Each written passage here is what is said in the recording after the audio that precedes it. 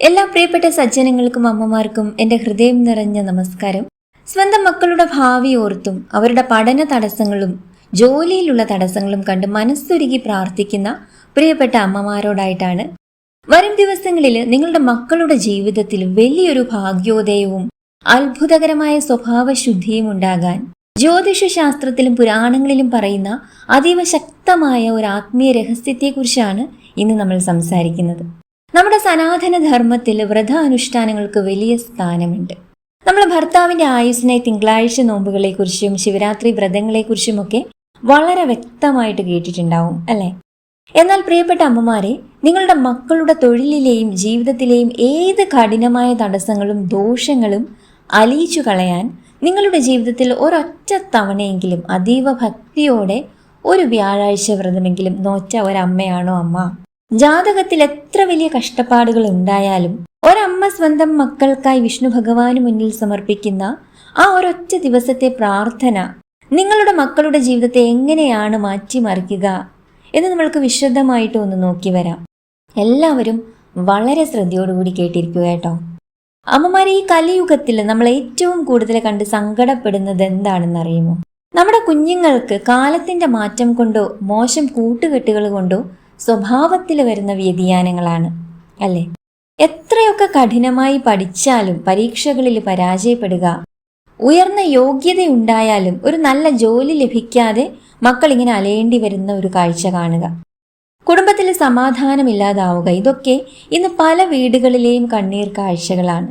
ഇത്തരം കഠിനമായ ദുരിതങ്ങളെ മുഴുവൻ മാറ്റിമറിച്ച് നമ്മുടെ വീടുകളിൽ പോസിറ്റീവ് എനർജിയും ഭാഗ്യവും കൊണ്ടുവരാൻ ജ്യോതിഷശാസ്ത്രത്തിൽ നിർദ്ദേശിക്കുന്ന ഏറ്റവും പ്രധാനപ്പെട്ട ഒരു പരിഹാരമാണ് ഈ വ്യാഴാഴ്ച ദിവസം നോൽക്കുന്ന വ്യാഴാഴ്ച വ്രതം എന്ന് പറയുന്നത്.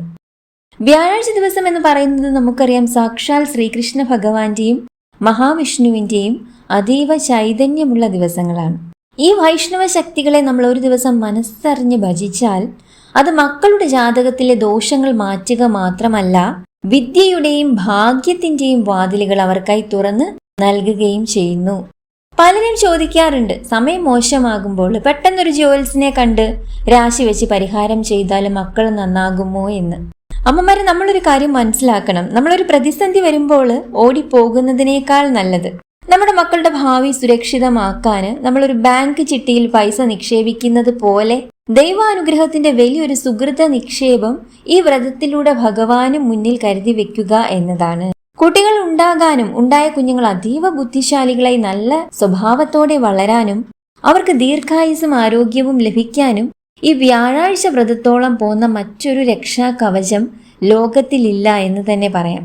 ഇതിലൂടെ വിഷ്ണു ഭഗവാന്റെ മാത്രമല്ല, വിഷ്ണു പത്നിയായ മഹാലക്ഷ്മിയുടെ കടാക്ഷം കൂടി നമ്മുടെ കുടുംബത്തിലേക്ക് ഒഴുകിയെത്തുന്നതാണ്. എത്ര സമ്പാദിച്ചാലും കൈകളിൽ പണം നിൽക്കുന്നില്ല എന്ന് വിഷമിക്കുന്ന കുടുംബങ്ങളിൽ ശാശ്വതമായ ധനസമൃദ്ധിയും സമാധാനവും കൊണ്ടുവരാൻ ഈ ഒരൊറ്റ വ്യാഴാഴ്ച വ്രതത്തിന് കഴിയുന്നതാണ്. 12 അല്ലെങ്കിൽ 16 വ്യാഴാഴ്ചകൾ മുടക്കം കൂടാതെ തുടർച്ചയായിട്ട് വ്രതം അനുഷ്ഠിക്കണമെന്നാണ് പ്രതിവിധി. അതായത് നമ്മളുടെ ഈ പ്രശ്നങ്ങൾക്കെല്ലാമുള്ള പ്രതിവിധി. ഈ 16 വ്യാഴാഴ്ച എന്നത് മാസത്തിലെ ഒരു വ്യാഴാഴ്ചയായിട്ടോ തുടർച്ചയായിട്ട് എല്ലാ ആഴ്ചകളിലെയും വ്യാഴാഴ്ചയായിട്ടോ നമ്മൾക്ക് അനുഷ്ഠിക്കാവുന്നതാണ്. നമ്മുടെ സൗകര്യാർത്ഥം നമുക്കത് ചെയ്യാവുന്നതാണ്. വിദ്യാ തടസ്സത്തിനും സന്താന സൗഭാഗ്യത്തിനും വ്യാഴാഴ്ച വ്രതം നോൽക്കുന്നത് അത്യുത്തമമാണ്. സന്താന ഗോപാലമൂർത്തിയാണ് സാക്ഷാൽ നമ്മുടെ ഭഗവാൻ ശ്രീഹരി വിഷ്ണു. അതുകൊണ്ട് തന്നെ മക്കളില്ലാതെ വിഷമിക്കുന്നവർക്ക് സൽസന്താനങ്ങളെ ലഭിക്കാനും നമ്മൾക്ക് ഈ വ്യാഴാഴ്ച വ്രതം എടുക്കാവുന്നതാണ്. ഇനി നമുക്ക് ചിട്ടയോടുകൂടി സർവ്വ ഐശ്വര്യത്തിനായിട്ട് വ്യാഴാഴ്ച വ്രതം എടുക്കേണ്ടത് എങ്ങനെയാണെന്ന് ഞാൻ സ്റ്റെപ്പ് ബൈ സ്റ്റെപ്പായിട്ട് പറഞ്ഞു തരാം. അമ്മമാരെല്ലാവരും ശ്രദ്ധിച്ചിരിക്കുക കേട്ടോ. ഏതൊരു വ്രതത്തിനും പാലിക്കേണ്ട മനഃശുദ്ധി, ശരീരശുദ്ധി, വാക്ശുദ്ധി, ഭക്ഷണശുദ്ധി എന്നിവയെല്ലാം വ്യാഴാഴ്ച വ്രതത്തിനും പാലിക്കേണ്ടതായിട്ടുണ്ട്. തലേ ദിവസം, അതായത് ബുധനാഴ്ച വൈകിട്ട് മുതൽ തന്നെ ഈ ശുദ്ധികളെല്ലാം നമ്മൾ പാലിക്കാനായിട്ട് ശ്രദ്ധിക്കണം. അതുപോലെ ബുധനാഴ്ച സൂര്യാസ്തമയത്തിന് ശേഷം അരി ആഹാരം കഴിക്കാനും പാടില്ല. ഈ ഒരു കാര്യങ്ങളൊക്കെ തലേ ദിവസമായ ബുധനാഴ്ച നിങ്ങളൊന്ന് ശ്രദ്ധിക്കേണ്ടതായിട്ടുണ്ട്. ഇനി വ്യാഴാഴ്ച അതിരാവിലെ ബ്രാഹ്മമുഹൂർത്തത്തിലാണെങ്കിൽ അത്രയും നല്ലതാണ്. കുളിച്ച് ശുദ്ധിയായിട്ട് ഒരു മഞ്ഞ വസ്ത്രം ധരിക്കാൻ നിങ്ങൾക്ക് കഴിയുമെങ്കിൽ ഒരു മഞ്ഞ വസ്ത്രം ധരിക്കുക. ഇല്ലാച്ചാൽ വൃത്തിയുള്ളൊരു വസ്ത്രം ധരിച്ചാലും മതിയാകും. പൂജാമുറിയിലെത്തി നമ്മൾ സാധാരണ പോലെ നിലവിളക്ക് കൊളുത്തുക. ഇനി ഭഗവാൻ ശ്രീഹരി വിഷ്ണുവിന്റെ ആ ഒരു ചിത്രത്തിന് മുന്നിൽ പഞ്ഞിത്തിരിയിട്ട ഒരു നെയ് വിളക്ക് സമർപ്പിക്കുന്നത് ഏറ്റവും ഐശ്വര്യമാണ്. ഭഗവാന്റെ പാതാരവിന്ദങ്ങളിൽ നമ്മൾ പുഷ്പങ്ങളെല്ലാം തന്നെ അർപ്പിക്കുക.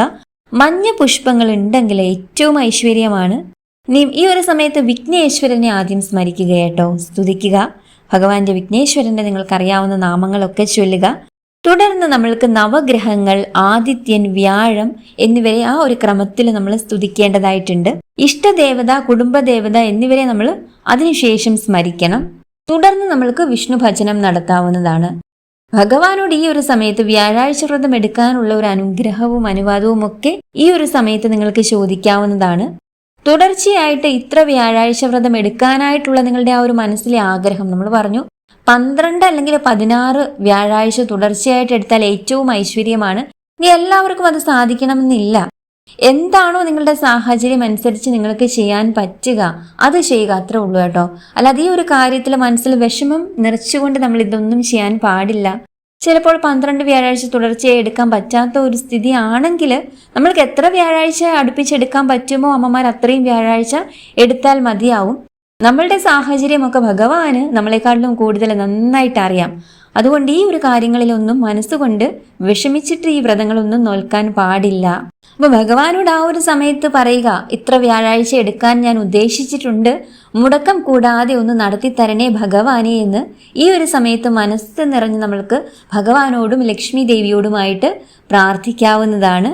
ഈ ഒരു സമയത്ത് നമ്മുടെ സങ്കടങ്ങളൊക്കെ തന്നെ ആ തൃപ്പാദങ്ങളിൽ സമർപ്പിക്കാം. നമ്മുടെ ആവശ്യങ്ങളൊക്കെ തന്നെ മക്കൾക്ക് വേണ്ടിയിട്ടാണല്ലോ അമ്മമാർ ഈ വ്യാഴാഴ്ച വ്രതം നോൽക്കുന്നത്. നമ്മുടെ കുടുംബത്തിന്റെ ഐശ്വര്യത്തിന് വേണ്ടിയിട്ടാണല്ലോ. ഇതെല്ലാം തന്നെ മക്കളെ ചൊല്ലിയുള്ള സങ്കടങ്ങളെല്ലാം തന്നെ ഈ ഒരു സമയത്ത് ഭഗവാന്റെ പാതാരവിന്ദങ്ങളിൽ സമർപ്പിച്ച് കണ്ണു നിറഞ്ഞ് മനസ്സ് നിറഞ്ഞ് ഈ ഒരു കാര്യങ്ങളൊക്കെ, അതായത് ഇപ്പോൾ മുടങ്ങിക്കിടക്കുന്ന കാര്യങ്ങളൊക്കെ ആണെങ്കിലും സാമ്പത്തികമായിട്ട് നമ്മളെ ബാധിച്ചിരിക്കുന്ന ബുദ്ധിമുട്ടുകളാണെങ്കിലും ഇതെല്ലാം ഈ ഒരു സമയത്ത് ഭഗവാന്റെ പാതാരവിന്ദങ്ങളിൽ സമർപ്പിച്ചുകൊണ്ട് പ്രാർത്ഥിക്കുക. ഈ ഒരു വ്യാഴാഴ്ച വ്രതം ഞാൻ നോൽക്കുന്നത് ഭഗവാനെ അവിടത്തേക്ക് കാര്യങ്ങൾ അറിയാമല്ലോ, കാരണങ്ങളെല്ലാം അറിയാമല്ലോ. അപ്പൊ നമ്മുടെ കുടുംബത്തെ ബാധിച്ചിരിക്കുന്ന ഈ ഒരു ദോഷങ്ങളെല്ലാം പൂർണ്ണമായിട്ടും മാറ്റി ഐശ്വര്യവും സമ്പൽ സമൃദ്ധിയും നൽകി അനുഗ്രഹിക്കണമേ എന്ന് ഭഗവാനോട് ഈ ഒരു സമയത്ത് മനസ്സുരുകി പ്രാർത്ഥിച്ചോളൂ കേട്ടോ. ഭഗവാൻ കേൾക്കുന്നത് പോലെ അമ്മമാരെ കേൾക്കാൻ വേറെ ആരുമില്ല എന്നുള്ളൊരു കാര്യം മനസ്സിലാക്കുക. ഇനിയിപ്പോൾ നമ്മൾ ഈ ഒരു കാര്യങ്ങളൊന്നും പറഞ്ഞില്ലെങ്കിൽ തന്നെ നമ്മൾ ആ ഒരു നെയ്ത്തിരി, അതായത് ആ ഒരു നെയ്വിളക്ക് സമർപ്പിച്ച് ഒന്ന് കണ്ണു നിറഞ്ഞ് കൈകൂപ്പി ഭഗവാന്റെ മുന്നിൽ നിന്നാൽ മാത്രം മതി. ഭഗവാൻ അറിയാത്ത ഒരു കാര്യവും നമ്മുടെ മനസ്സിലില്ലല്ലേ. നമ്മുടെ ജീവിതത്തോട് ചേർന്ന് യാതൊരു കാര്യങ്ങളും ഭഗവാൻ അറിയാതെ നടക്കുന്നില്ല. അതുകൊണ്ട് തന്നെ ഭഗവാന്റെ കയ്യിൽ എല്ലാത്തിനും പരിഹാരമുണ്ട്. ചിലപ്പോൾ കാലതാമസങ്ങൾ ഉണ്ടായേക്കാം. അത് ചിലപ്പോൾ നമ്മുടെ കർമ്മബന്ധങ്ങളുമായിട്ട് ബന്ധിച്ചു കിടക്കുന്ന ചില കാര്യങ്ങളുമാവാം, കർമ്മദോഷങ്ങളാവാം. അത് ഈ ജന്മത്തിലെ ആവാം, കഴിഞ്ഞ ജന്മങ്ങളിലെ ആവാം. അതുകൊണ്ട് തന്നെ ഈ ഒരു കാലഘട്ടത്തിൽ നമ്മൾ അനുഭവിക്കേണ്ട ചില കാര്യങ്ങൾ അനുഭവിച്ച് തന്നെ മതിയാകൂ. എന്നാലും ആ അനുഭവത്തിന്റെ ആ ഒരു ദോഷത്തിന്റെ ഒക്കെ കാഠിന്യം കുറയ്ക്കാനും കാലതാമസം ഉണ്ടാവുന്നതൊന്നും മാറ്റിയിട്ട് കാര്യങ്ങളൊക്കെ നമുക്ക് അനുകൂലമായിട്ട് വേഗം നടക്കുന്നതിന് വേണ്ടിയിട്ടുമാണ് നമ്മൾ ഈ വ്രതങ്ങളൊക്കെ അനുഷ്ഠിക്കുന്നത്. മനസ്സിൽ ഭഗവാനെ അങ്ങനെ നിറച്ചു പിടിച്ചുകൊണ്ട് ആ ഒരു ഭഗവത് ചൈതന്യത്തെ വിശ്വസിച്ചുകൊണ്ട് നമ്മൾ എടുക്കുന്ന ഈ വ്രതം, അതിന്റെ ഒരു ഫലം എന്ന് പറയുന്നത് ഉറപ്പായിട്ടും എത്രയും വേഗം നമ്മുടെ ജീവിതത്തോട് ചേർത്ത് കിട്ടും എന്നുള്ളതാണ്. അതുകൊണ്ട് തന്നെ ഏതൊരു വ്രതവും, വ്യാഴാഴ്ച വ്രതമെന്ന് മാത്രമല്ല, ഏതൊരു വ്രതവും നിങ്ങൾ എടുക്കുമ്പോൾ അത്രയും വിശ്വാസത്തോടു കൂടി ഭഗവാൻ എൻ്റെ സങ്കടങ്ങളെല്ലാം മാറ്റിത്തരും, എൻ്റെ ആഗ്രഹങ്ങളെല്ലാം എത്രയും പെട്ടെന്ന് സാധ്യമാക്കി തരും ജീവിതത്തോട് എന്നുള്ളൊരു വിശ്വാസത്തോടു കൂടി നമ്മൾ എടുക്കാനായിട്ട് ഒന്ന് ശ്രമിക്കുക. അങ്ങനെ ആ ഒരു സമയത്ത് ഭഗവാനോട് കുടുംബത്തിലെ ശാന്തിയും സമാധാനവും സമ്പൽ സമൃദ്ധിയും കടങ്ങളിൽ നിന്നുള്ള മോചനവും പൂർണ്ണ ആരോഗ്യത്തിനും ശത്രുദോഷ പരിഹാരത്തിനും സൽസന്താന ഭാഗ്യത്തിനും അതുപോലെ നമ്മുടെ കുട്ടികളുടെ പഠനത്തിലുള്ള മികവിനും അതുപോലെ തൊഴിൽ തടസ്സങ്ങൾ എന്തെങ്കിലും നേരിടുന്നുണ്ട് കുട്ടികളെങ്കിൽ അതൊക്കെ പൂർണ്ണമായിട്ടും മാറി നല്ലൊരു ജോലി അവർക്ക് ലഭിക്കുന്നതിന് വേണ്ടിയിട്ടും അങ്ങനെ നിങ്ങളുടെ ആഗ്രഹങ്ങളൊക്കെയും സാക്ഷാൽ ഭഗവാന്റെ മുൻപിൽ സമർപ്പിക്കുക. ഈ ഒരു സമയത്ത് നിങ്ങൾക്ക് കഴിയുമെങ്കിൽ, സമയമുണ്ടെങ്കിൽ വിഷ്ണു സഹസ്രനാമം ഈ ഒരു സമയത്ത് ജപിക്കുന്നത് ഏറ്റവും ഐശ്വര്യമാണ്. ഇനി ജപിക്കാൻ സാധിച്ചില്ലാച്ചാലും കേൾക്കാമല്ലോ, നമ്മുടെ മൊബൈലിൽ ഒന്ന് ഓൺ ആക്കി വെച്ചാൽ വിഷ്ണു സഹസ്രനാമം ഒന്ന് രാവിലെ കേട്ടാൽ ഏറ്റവും ഐശ്വര്യമാണ്. അതുപോലെ വിഷ്ണു അഷ്ടോത്തരം, ലക്ഷ്മി അഷ്ടോത്തരം, ഭാഗവതം, ഭഗവത്ഗീത എന്നിവയൊക്കെ നമ്മൾക്ക് ഈ ഒരു വ്യാഴാഴ്ച ദിവസം രാവിലെ ജപിക്കാവുന്നതാണ്. ഗായത്രി ജപത്തിനു ശേഷം 12 തവണ വിഷ്ണു ഗായത്രി ജപിക്കുന്നതും ഏറ്റവും ഐശ്വര്യമാണ്. അതുപോലെ തന്നെ ഭഗവാന്റെ മൂലമന്ത്രമായ ഓം നമോ നാരായണായ 108 തവണയൊന്ന് ജപിക്കുക കേട്ടോ. ഈ ഒരു സമയത്ത് നെറ്റിയിൽ ചന്ദനക്കുറി അണിയുന്നത് ഏറ്റവും ഐശ്വര്യമാണ്. അന്നേ ദിവസം ആ ഒരു കുറി നെറ്റിയിൽ നിലനിർത്താൻ ശ്രദ്ധിക്കുകയും വേണം. ഇതെല്ലാം നമ്മൾക്ക് ഒരു വളരെ പോസിറ്റീവായിട്ടുള്ള ഒരു കാര്യങ്ങൾ ആ ഒരു ദിവസം നമ്മുടെ ജീവിതത്തിൽ ചേർന്ന് കിട്ടാൻ വേണ്ടിയാണ് നമ്മൾ ഇങ്ങനെയുള്ള കാര്യങ്ങളെല്ലാം ചെയ്യുന്നത്. അന്നേ ദിവസം ക്ഷേത്ര ദർശനം നടത്തുന്നത് ഏറ്റവും ഉത്തമമാണ്. തൊട്ടടുത്ത് മഹാവിഷ്ണു ക്ഷേത്രമുണ്ടെങ്കിലോ ശ്രീകൃഷ്ണസ്വാമി ക്ഷേത്രമുണ്ടെങ്കിലോ അവിടെ ഒന്ന് പോവുക. അവിടെ ചെല്ലുമ്പോൾ ഭഗവാന് പാൽപായസം, അല്ലെ ഒരു ഭാഗ്യസൂക്തം, നെയ്വിളക്ക് തുടങ്ങിയ വഴിപാടുകൾ എന്താണോ നമ്മളെ കൊണ്ട് സമർപ്പിക്കാൻ സാധിക്കുക അതൊന്ന് അർച്ചനയായിട്ട് ചെയ്യുക. ഇനി ഇതൊന്നും സാധിച്ചില്ലാച്ചാലും കുഴപ്പമില്ല, കൈകൂപ്പി കണ്ണു നിറഞ്ഞ് ഭഗവാനെ ഞാൻ ഇത്രടം വരെ വന്നിട്ടുണ്ട്, എൻ്റെ മനസ്സ് നീ അറിയുന്നുവല്ലോ എന്ന് മാത്രം പറഞ്ഞാൽ മതിയാവും. ഭഗവാന് എല്ലാം അറിയുന്നവനാണ്. നിങ്ങളെ കൊണ്ട് പറ്റുമെങ്കിൽ ഭഗവാന്റെ ഇഷ്ട വഴിപാടായ തൃക്കൈ വെണ്ണ അന്നേ ദിവസം നടത്തുന്നത് വളരെയധികം ഐശ്വര്യമാണ്. ഇനി നവഗ്രഹ പ്രതിഷ്ഠയുള്ള ക്ഷേത്രത്തിലാണ് നമ്മൾ ദർശനം നടത്തുന്നതെങ്കിൽ വ്യാഴത്തിന് മഞ്ഞപ്പൂക്കൾ കൊണ്ട് അർച്ചന ചെയ്യാവുന്നതാണ്. അതുപോലെ രോഹിണി, അത്തം, തിരുവാതിര നക്ഷത്രക്കാർ പ്രത്യേകിച്ചും സാക്ഷാൽ ശ്രീഹരി വിഷ്ണുവിന്റെ കടാക്ഷം കൂടുതലുള്ളവരാണ് എന്നാണ് പറയുന്നത്. ഇങ്ങനെയുള്ളവര് വ്യാഴാഴ്ച വ്രതം നോൽക്കുന്നത് ഏറെ ഗുണകരമാണ്, ഏറെ ഐശ്വര്യമാണ് കേട്ടോ. ഈ നമ്മുടെ വീടുകളിൽ തന്നെ ഭഗവാന് പാൽപായസം തയ്യാറാക്കി നിവേദിക്കാവുന്നതാണ്. ഇനി നമുക്കൊന്ന് മനസ്സിലാക്കണം, വ്യാഴം അനുകൂലമല്ലെങ്കിൽ വിദ്യാർത്ഥികൾക്ക് വിദ്യാ തടസ്സങ്ങൾ നേരിടേണ്ടി വരും. അതുകൊണ്ട് തന്നെ വിദ്യാർത്ഥികൾക്കും ദോഷശാന്തിക്കായിട്ട് ഈ വ്രതം നോൽക്കാവുന്നതാണ്. ഏറ്റവും ഐശ്വര്യമാണ്. അതായത് മക്കൾക്കും ഈ ഒരു വ്രതം എടുക്കാവുന്നതാണ്. പ്രായഭേദമന്യേ ആർക്കും വ്യാഴാഴ്ച വ്രതം അനുഷ്ഠിക്കാവുന്നതാണ് കേട്ടോ. തികച്ചും സാത്വികമായ ഒരു മനോഭാവത്തോടു കൂടി വേണം നമ്മൾ വ്യാഴാഴ്ച വ്രതം അനുഷ്ഠിക്കേണ്ടതായിട്ടുള്ളത്. ഞാൻ പറഞ്ഞു, പൂർണ്ണ ഉപവാസം എടുക്കേണ്ടവർക്ക് പൂർണ്ണ ഉപവാസം എടുക്കാം, അല്ലെങ്കിൽ കുഴപ്പമില്ല. അരി ആഹാരം ഒഴിവാക്കിക്കൊണ്ട് നമ്മൾക്ക് ഗോതമ്പോ എന്തെങ്കിലുമൊക്കെ കഴിക്കാവുന്നതാണ്. പകൽ ഉറക്കം പാടില്ല. ഈ ഒരു കാര്യമൊക്കെ നമ്മൾ വളരെയധികം ശ്രദ്ധിക്കേണ്ടതായിട്ടുണ്ട്. ഈ ഒരു വ്രതത്തോടു കൂടി സാക്ഷാൽ മഹാവിഷ്ണുവിന്റെയും ലക്ഷ്മി ദേവിയുടെയും ശ്രീരാമചന്ദ്രസ്വാമിയുടെയും ബൃഹസ്പതിയുടെയും അനുഗ്രഹം നമ്മുടെ കുടുംബത്തിൽ വന്നു ചേരുമെന്നാണ് വിശ്വാസം. മക്കളുടെ ഐശ്വര്യത്തിനായി ജീവിതത്തിൽ ഒരൊറ്റ തവണയെങ്കിലും ഈ വ്യാഴാഴ്ച വ്രതം നോൽക്കാൻ അമ്മമാർ ആഗ്രഹിക്കുന്നുണ്ടോ?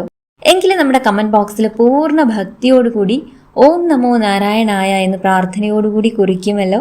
ഭഗവാൻ നിങ്ങളുടെ എല്ലാ പ്രാർത്ഥനകളും കേൾക്കട്ടെ എന്ന് ആത്മാർത്ഥമായിട്ട് പ്രാർത്ഥിക്കുകയാണ്.